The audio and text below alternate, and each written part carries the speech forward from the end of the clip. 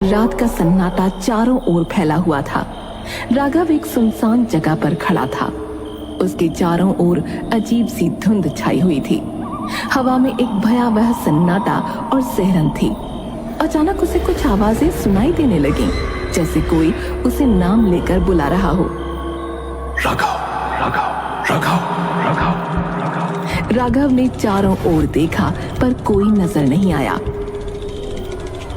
वो आगे बढ़ा तो देखा कि चारों ओर तांत्रिक विद्या के सामान बिखरे पड़े थे।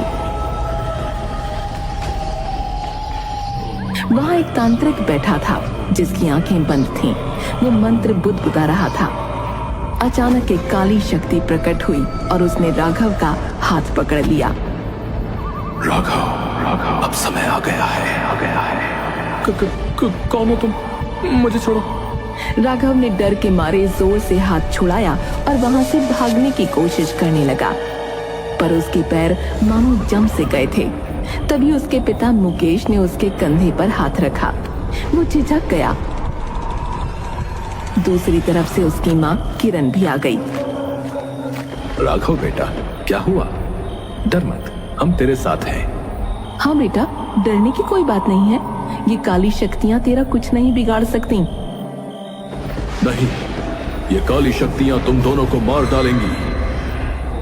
इससे पहले कि राघव कुछ समझ पाता, दोनों काली शक्तियां प्रकट हुईं और मुकेश और किरण को खींचकर अंधेरे में ले गईं।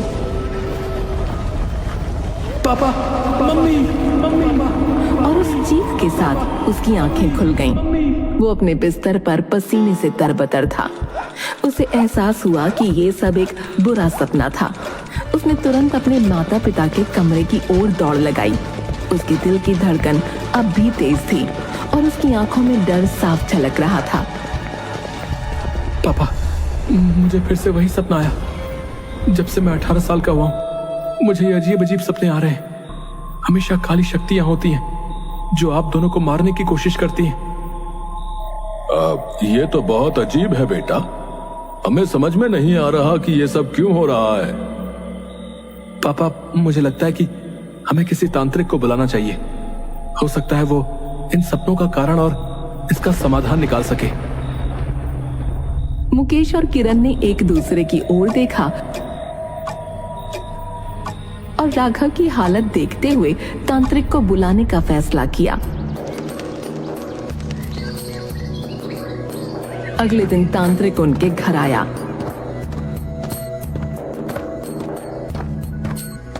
राघव ने उसे देखते ही पहचान लिया। ये वही तांत्रिक था जो उसे सपने में दिखाई देता था। राघव का चेहरा डर से पीला पड़ गया।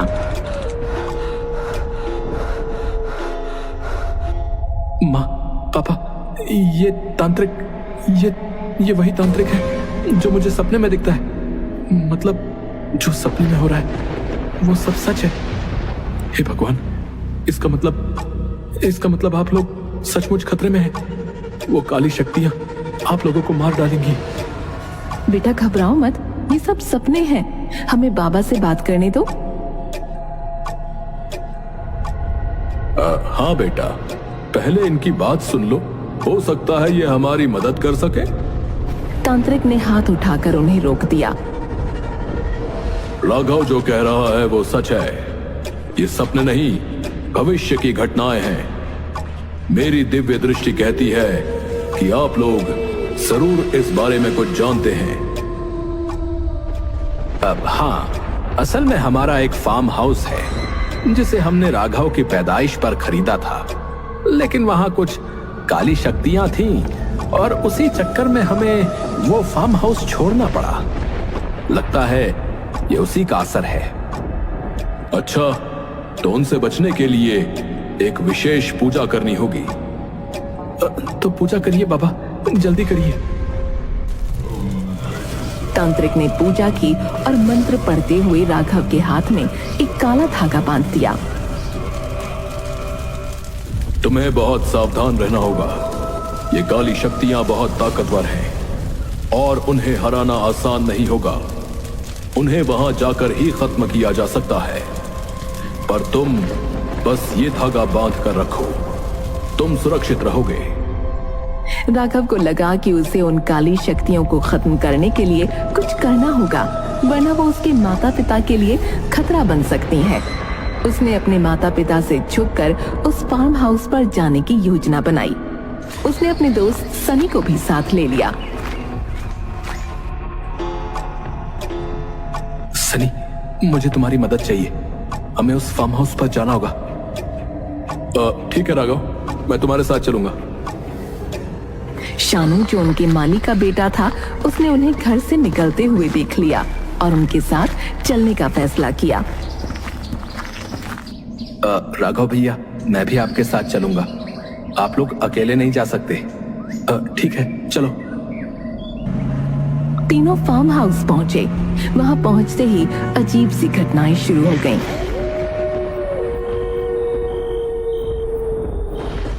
जैसे ही वो अंदर गए, उन्हें दीवारों पर अजीबोगरीब चित्र और तंत्र मंत्र के निशान दिखाई दिए। राघव, यहाँ का माहौल बहुत डरावना है यार। हमें सचमुच सावधान रहना होगा। हाँ यार सनी, हमें मिलकर इन काली शक्तियों का सामना करना होगा। अचानक एक जोरदार आवाज हुई और चारों ओर धुंध छा गई। शानू चिल्लाया, ये क्या था? मुझे बहुत डर लग रहा है। हिम्मत रखो शानू, हमें डरना नहीं है। हम यहाँ इन काली शक्तियों को खत्म करने आए हैं। मुझे बचाओ, मुझे। अचानक उन्हें एक आवाज सुनाई दी जो राघव का नाम पुकार रही थी। तीनों ने उस आवाज का पीछा किया और एक कुएं के पास पहुंचे जो ढका हुआ था। उन्होंने कुएं को खोला और देखा कि अंदर एक औरत मदद के लिए पुकार रही थी। मुझे बचाओ, मुझे यहाँ से बाहर निकालो, बाहर निकालो, बाहर निकालो। राघव, ये पक्का वही काली शक्ति होगी। हाँ सनी, कुएं को वापस ढक दो। हमें इसको मारने का तरीका सोचना होगा। वो तीनों कुएं को ढकने की कोशिश करते हैं, पर इतनी देर में वो काली शक्ति बाहर आ जाती है। तीनों भागना शुरू करते हैं। शानू एक कमरे में घुस जाता है और कमरा अपने आप बंद हो जाता है। वो बुरी तरह चिल्लाने लगता है, बचाओ, बचाओ, राघव, सनी, मैं यहाँ फंस गया हूँ। थोड़ी देर बाद उस कमरे का दरवाजा अपने आप खुल जाता है। वो बाहर आता है तो देखता है कि राघव और सनी मंत्र पढ़ते हुए एक कोने में गंगा जल छिड़क रहे हैं। ये क्या हो रहा है? हमने काली शक्तियों को खत्म कर दिया। बाबा के दिए हुए इस धागे ने हमारी सुरक्षा की और गंगा जल ने इसको खत्म कर दिया।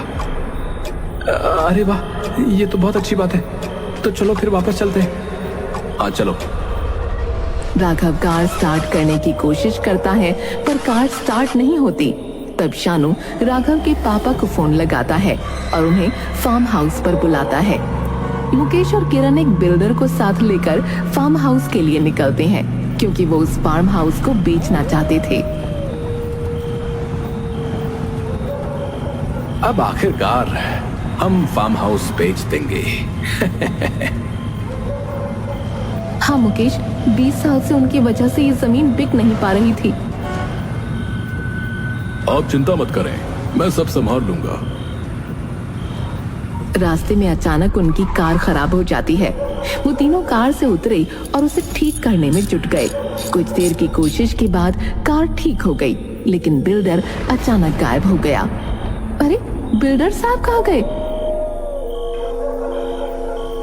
अरे यहीं कहीं होंगे, चलो ढूंढते हैं। मुकेश और किरण ने बिल्डर को ढूंढना शुरू किया। कुछ देर बाद बिल्डर अचानक प्रकट हो गया। अब मुझे माफ करिए, मैं पानी ढूंढने चला गया था। पानी तो कार में रखा है।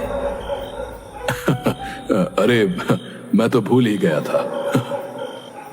फिर वो तीनों वापस कार में बैठे और चल दिए, लेकिन बिल्डर की लाश तो वहीं झाड़ियों में पड़ी हुई थी। ये इनके साथ जो था वो कोई और ही था, जिसकी उन्हें भनक तक नहीं थी। वो तीनों आखिरकार फार्म हाउस पहुंचे। मुकेश और किरण काफी खुश थे कि अब वो फार्म हाउस को बेचकर सारी परेशानियों से मुक्त हो जाएंगे। अब तुम तीनों ठीक हो ना? ऐसे बिना बताए यहाँ आने की क्या जरूरत थी? अरे आप लोग चिंता ना करो, बाबा ने मुझे इन काली शक्तियों को खत्म करने का तरीका बताया था। अच्छा, चलो अच्छा किया। जीना हराम किया हुआ था उन काली शक्तियों ने। मुकेश के ये कहते ही अचानक अजीब सी घटनाएं शुरू हो गईं। हवा में ठंडक और अजीब सी आवाजें गूंजने लगीं। दीवारों पर साए दिखने लगे और फर्नीचर अपने आप हिलने लगा। मुकेश, ये क्या हो रहा है?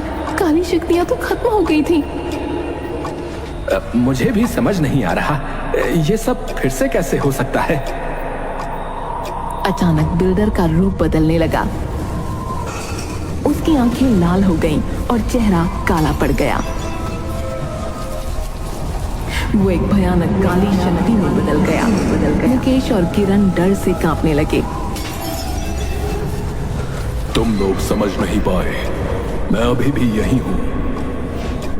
प्रेमनाथ, तुम? हाँ, और निर्मला भी यही है, तुम्हारे इंतजार में। आज तुम दोनों का अंत होगा। मुकेश, किरण और बाकी सभी डर के मारे बाहर की तरफ भागने लगे, पर उन काली शक्तियों ने उन्हें एक जगह पर रोक दिया। मुकेश, अब हम क्या करें? हम यहाँ से कैसे निकलेंगे? शांत रहो, मुझे सोचने दो। तुम लोग यहां से नहीं जा सकते। तुम सब अब मेरे कब्जे में हो। काली शक्ति के भयावह रूप से सदमे में मुकेश और किरण को एक और झटका तब लगा जब राघव ने गुस्से में चीखते हुए कहा, तुम दोनों कहीं नहीं जा सकते। अरे राघव, ये तो क्या बोल रहा है? मुझे सारी सच्चाई पता चल गई है।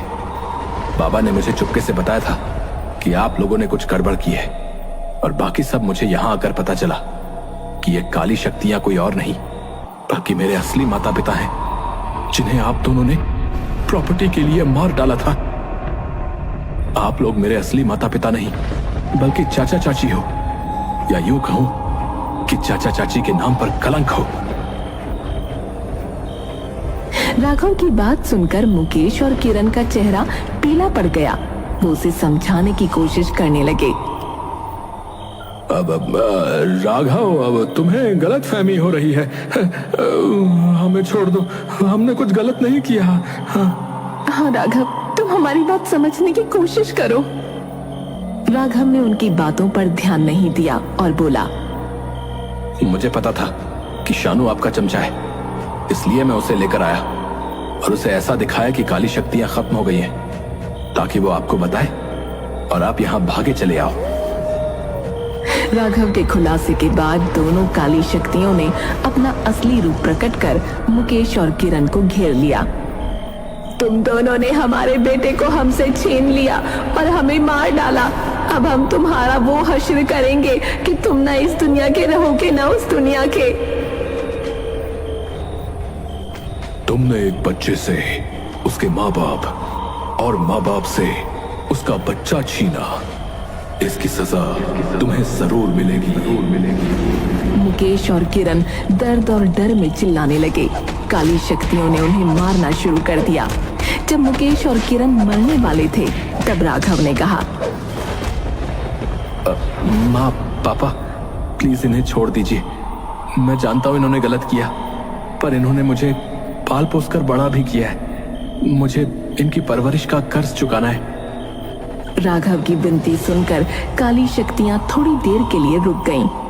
ठीक है राघव, तुम्हारे लिए हम इन्हें नहीं मारेंगे, लेकिन इन्हें सजा जरूर मिलेगी। दोनों काली शक्तियां मुकेश की टांगें और किरण के हाथ तोड़ देती हैं, जिससे वो अपाहिज हो जाते हैं। मुकेश और किरण दर्द में कराहते हुए जमीन पर गिर पड़ते हैं। माँ, पापा, मुझे माफ कर दो।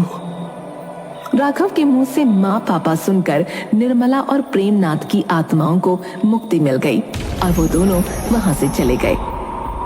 माँ, पापा, आपकी आत्मा को शांति मिले। शांत हो जाओ राघव, शांत हो जाओ।